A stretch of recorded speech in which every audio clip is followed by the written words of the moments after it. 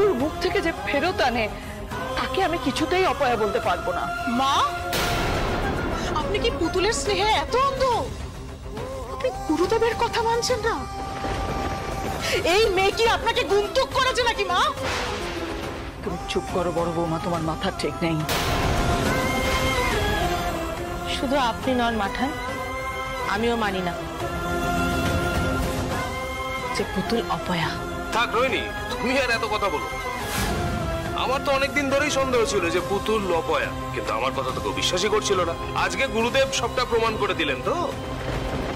না না না প্রেম, কি বলছিস তুই? হ্যাঁ, এই যে অপয়া ফপয়া আজকের দিনে এগুলো এগুলো কেউ বলে না, এগুলো কুসংস্কার, এগুলো বলতে নেই। ঠাকুরপো, গুরুদেবের সামনে তুমি এসব কি বলছো? তোমার কি বিচার বুদ্ধি সব লোপ পেয়েছে নাকি? হ্যাঁ, এই মেয়ের ধিঙ্গিপনা আমি আর এক মুহূর্তের জন্য সহ্য করবো না এই বাড়িতে। আমি মানছি যে পুতুল আমাদের জন্য অনেক কিছু করেছে, অনেক কিছু। আমি তার জন্য কৃতজ্ঞ। আমি হাত জোর করে তোর কাছে অনুরোধ করছি, তোর এই কালো ছায়া থেকে আমাদের মুক্তি দে পুতুল। আমি হাত জোর করে তোর কাছে অনুরোধ করছি, তোর এই অশুভ ছায়া থেকে আমাদেরকে মুক্তি দে পুতুল।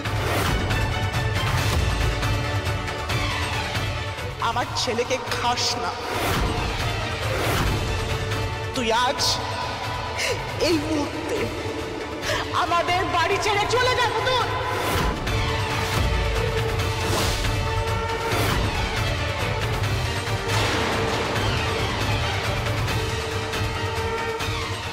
ছি ছি ছি ছি ছি বড় বৌমা, তুমি কি মানুষ?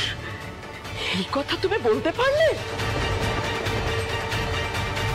না মাঠান, বড় বৌদি কিন্তু একদম ঠিক বলেছে। আমি বড় বৌদিকেই সমর্থন করছি। আপনি কোন মুখে এত কিছুর পর ওই মেয়েকে আড়াল করার চেষ্টা করছেন? আপনি দেখলেন না পরপর পুজোয় কতগুলো অঘটন ঘটলো? আপনি দেখলেন না? তা দিয়ে কিচ্ছু যায় আসে না, এগুলো দুর্ঘটনা মাত্র। না, দুর্ঘটনা নয়। অবশ্য অবশ্য আপনি কি করে বুঝবেন? আজ এতগুলো বছর হলো বাবা আমাদেরকে ছেড়ে চলে গেছে। মা, আপনিও জানেন, আমরা বাড়ির সবাই জানি বাবা আর নেই। মা, তারপরেও আপনি শতবার বেশে শাখা পলা সিঁদুর পরে ঘুরছেন।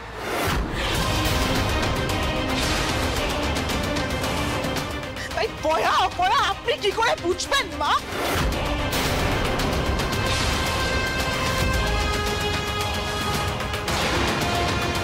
মা, তুমি এটা মাঠানকে কি বললে? চুপ! আজকে একটাও কথা বলবি না তুমি। একটা হাড় জ্বালানি পর ভোলানি মেয়ে। এ বাড়িতে আমার ছেলে ছাড়া আমার আর কোনো সম্বল নেই। সবাই শুনে রাখো, এই মেয়ের জন্য আমি আমার ছেলেকে হারাতে পারবো না। তার জন্য যদি আমাকে এই বাড়ি থেকে চলে যেতে হয়, আমি তাও চলে যাব। সব সময় আপনি আপনার নিজের কথা আমাদের উপর চাপিয়ে আসবেন আর আমি সেটা শুনে নেব। সেটা হয় না মা, আমি শুনবো না। আজকে আপনি যাই বলবেন আমি শুনবো না। মা, মা তুমি দয়া করে চুপ করো। ময়ূক, তুই আজকে এত কিছুর মধ্যে কথা বলতে আসবি না। তোকে আমার দিব্যি। এই পুতুল, নির্লজ্জ বেহায়ার মতো এখনো দাঁড়িয়ে আছিস কেন রে? যা, বেরিয়ে যা। না বড় ভাই, না, আমি পুতুলকে যেতে দেবো না। কিন্তু আমি পুতুলকে যেতে দেবো না। না না বৌদি বৌদি বৌদি প্লিজ, মানে আমি হাত জোর করছি, তুমি তুমি এই অন্যায়টা করো না বৌদি। বড় মা, তুমি কেন এরকম করছো বলো তো? বেশ করছি, বাড়ি থেকে অপয়া অলক্ষ্মী দূর করছি। আমার কথার কোনো দাম নেই না তোমাদের কাছে? হ্যাঁ মা, গুরুদেব তো বলে দিলেন যে এই মেয়ে অপয়া অলক্ষণে।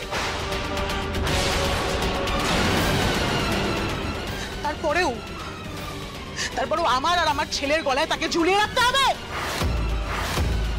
আমি বেঁচে থাকতে আমার ছেলের এত বড় সর্বনাশ আমি হতে দিতে পারবো না।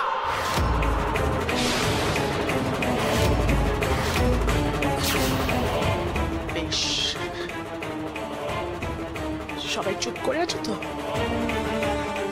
আজ যদি পুতুল এই বাড়ি থেকে না যায় তাহলে আমি আজই নিজেকে শেষ করব। মা মা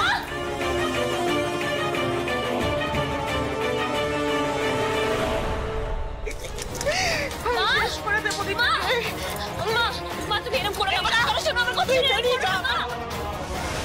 মা মাদি ভাই মাদি ভাই মাদি ভাই মাদি ভাই মাদি ভাই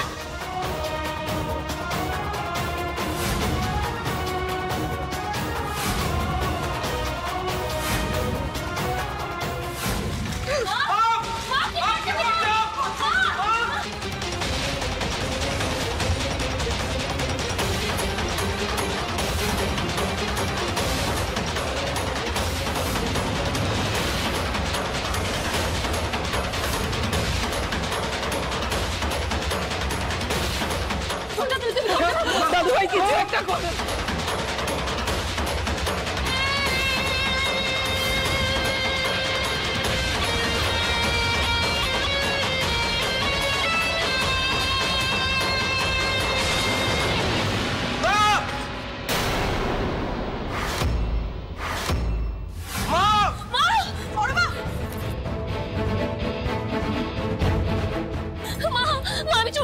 আমি চলে যাবো আমি কথা দিচ্ছি চলে যাবো। মা তুমি এরকম করো না মা।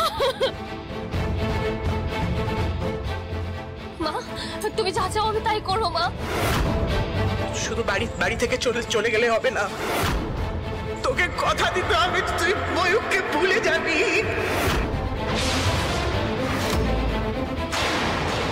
আমার ছেলেটাকে তো তুই বশ করে নিয়েছিস, তার কাছে তো আজকে তোর কথাই সব। জন্মদাত্রী মায়ের কোনো দাম নেই তার কাছে। আমি কিচ্ছু চাই না পুতুল, আমি কিচ্ছু চাই না। আমি শুধু একটা জিনিস চাই, তুই আমার ছেলের জীবন থেকে চলে যা, তুই চলে যা।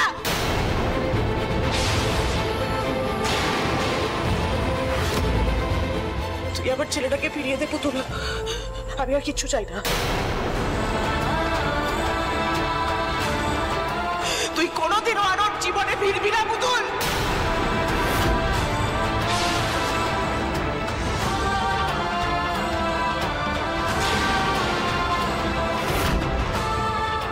কথা দিচ্ছি মা, তোমার সাথে শান্তি পাও আমি তাই করবো। ময়ূকদের জীবন থেকে অনেক দূরে চলে যাবো, চিরকালের মতো চলে যাবো।